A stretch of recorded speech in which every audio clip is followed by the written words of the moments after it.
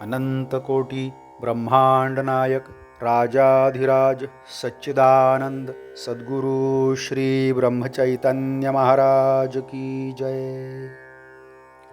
श्री राम समर्थ। 18 जनवरी।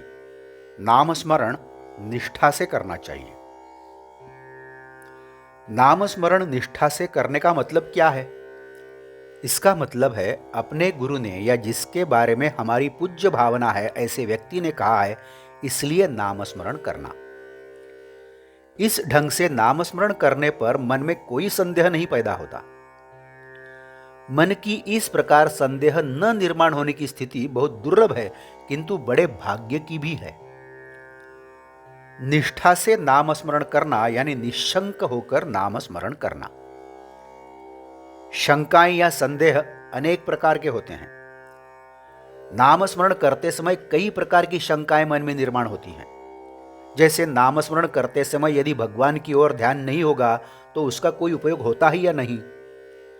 नाम स्मरण करते समय आसन कैसा हो, दृष्टि कैसी हो, पवित्र होकर नाम लें या साधारण स्थिति में नाम लें। संक्षेप में यह कह सकते हैं कि जो नाम हम जपते हैं वह भगवान तक पहुंचता है या नहीं, इस शंका में सभी शंकाएं समा जाती है। भगवान और उसका नाम एक रूप होने के कारण इन दोनों के बीच में कोई बाधा आ ही नहीं सकती। यदि हम किसी व्यक्ति के पीछे पीछे चल रहे हों और अचानक हमारे मुंह से उस व्यक्ति का नाम बोला गया तो झट से वह व्यक्ति पीछे मुड़कर देखता है। यदि मामूली आदमी की यह स्थिति है तो भगवान का नाम उसके कानों तक नहीं पहुंचता, यह कैसे हो सकता है? यदि सच कहा जाए तो भगवान की ही कृपा से हमारे मुंह में उसका नाम आता है।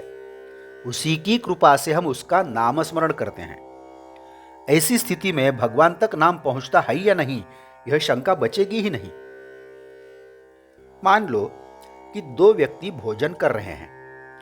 उनमें से एक का ध्यान भोजन की ओर नहीं है और उसके मन में कई विचार पैदा हो रहे हैं, लेकिन हाथ से एक एक और मुंह में डालने का काम चल रहा है। दूसरा व्यक्ति ध्यान से भोजन कर रहा है। दोनों ने भोजन समाप्त किया। कहिए, इनमें से भूखा कौन रहा? दोनों ने भरपेट भोजन किया। तात्पर्य कि यह कैसे हो सकता है कि नाम स्मरण करने पर उसका उपयोग नहीं हुआ? मानो हमने दूसरे गांव के अपरिचित व्यक्ति को पत्र लिखकर बुलाया। वह आया और उसने कहा, आपने जिसको पत्र लिखा था वह मैं ही हूं। तब हम उस पर विश्वास करते हैं और उसे अपनाते हैं। वैसे ही भगवान ने कहा है, जहां मेरा नाम वहां मैं पुरुषोत्तम हूं।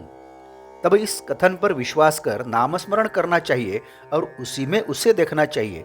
ऐसा हम क्यों न करें? इसी को श्रद्धा कहते हैं। जिस पिता के कारण हमारा जन्म हुआ है उसी का नाम हम अपने नाम के बाद सट कर लगाते हैं। वैसे ही भगवान के बारे में करना चाहिए। उसी का नाम स्मरण करते करते जीवन यापन करना चाहिए। मतलब मेरा आधार रक्षक वही एक है, उसके सिवाय जीवन में मेरा कुछ भी नहीं है, वही मेरा सर्वस्व है। इसी भावना से जीना चाहिए। इस भावना से जो जीता है उसकी महत्ता और श्रेष्ठता भगवान से भी अधिक हो जाती है। आज का बोध वचन, यह श्रद्धा होनी चाहिए कि नाम स्मरण से भगवान की प्राप्ति होगी। इस प्रकार के नाम स्मरण को निष्ठा का नाम स्मरण कहते हैं। जानकी जीवन स्मरण जय जय राम। नमस्कार।